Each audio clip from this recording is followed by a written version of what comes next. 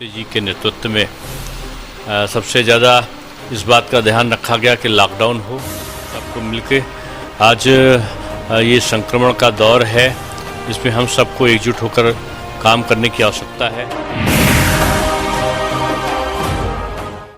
नमस्कार, मैं Rahul Mishra GMD news की टीम के साथ इस समय उत्तर प्रदेश के मुखिया और इस समय भारत में जूझ रहे लोग जो कोरोना संकट से जूझ रहे हैं, उनकी महामारी के विषय को लेकर के हम आपके पास बैठे हैं।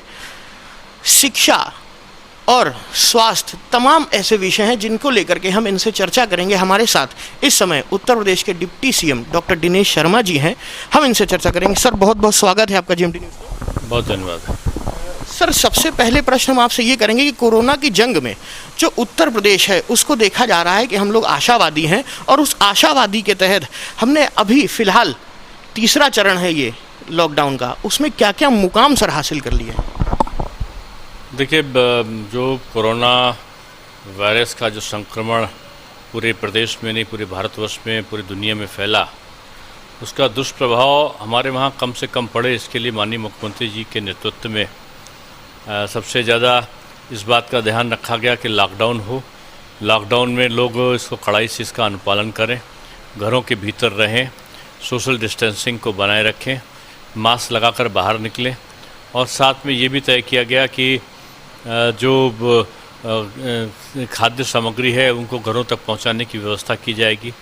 बाहर के मज़दूरों को लाने का काम किया गया, और बाहर के मज़दूरों को लाके उनको खाने का इंतज़ाम, उनको कहीं ना कहीं उनको विशेष प्रकार का अनुदान 1000 रुपये का देने का काम, ये सब उत्तर प्रदेश सरकार के द्वारा किया गया। सर, सरकार बहुत अच्छा कदम उठा रही है। एक प्रश्न ये भी था कि ये जो संकट काल की घड़ी है, इससे निपटने के लिए क्या क्या और ठोस कदम उठाए जा रहे हैं?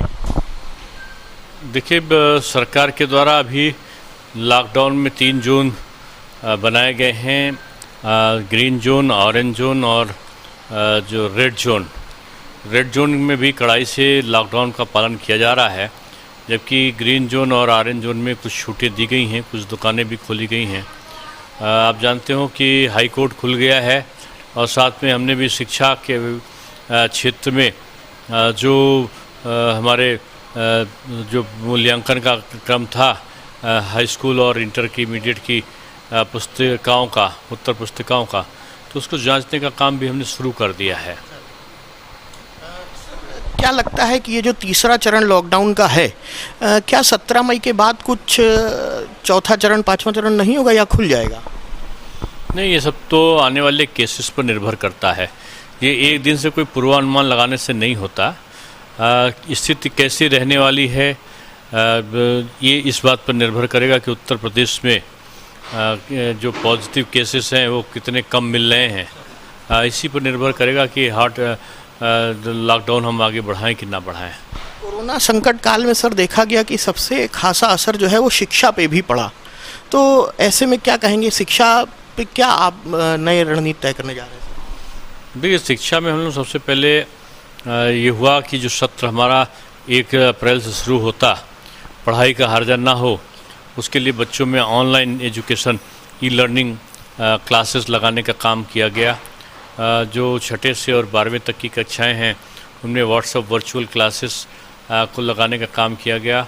जो डिग्री कॉलेज या विश्वविद्यालय हैं उनमें पहले से ही लर्निंग क्लासेस लग रही थी, जूम के माध्यम से या गूगल के माध्यम से, वो NIC के ऐप के माध्यम से वो क्लासेस लगा रहे थे पहले से ही।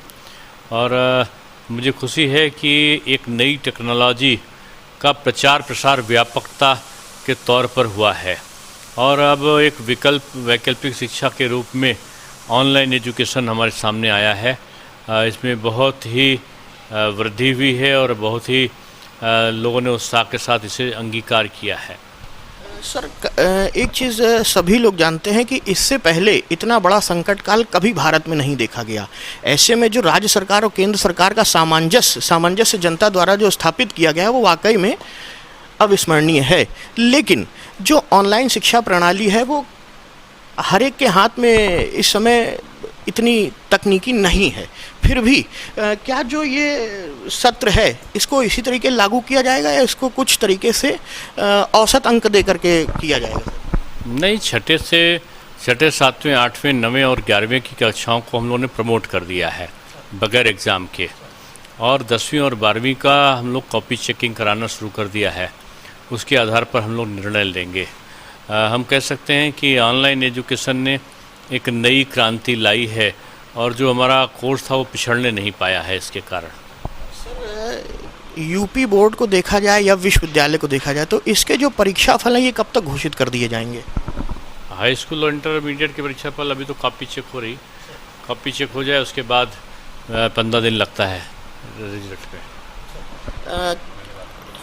सर एक छोटा सा प्रश्न, हम ये चाहेंगे कि एक संदेश हमारे जीएमडी टीम के माध्यम से आप दें पूरी जनता को जो प्रदेश भर की देख रही है आपको, और पत्रकारों और डॉक्टरों पे जो एक स्थिति है उसके लिए थोड़ा सा।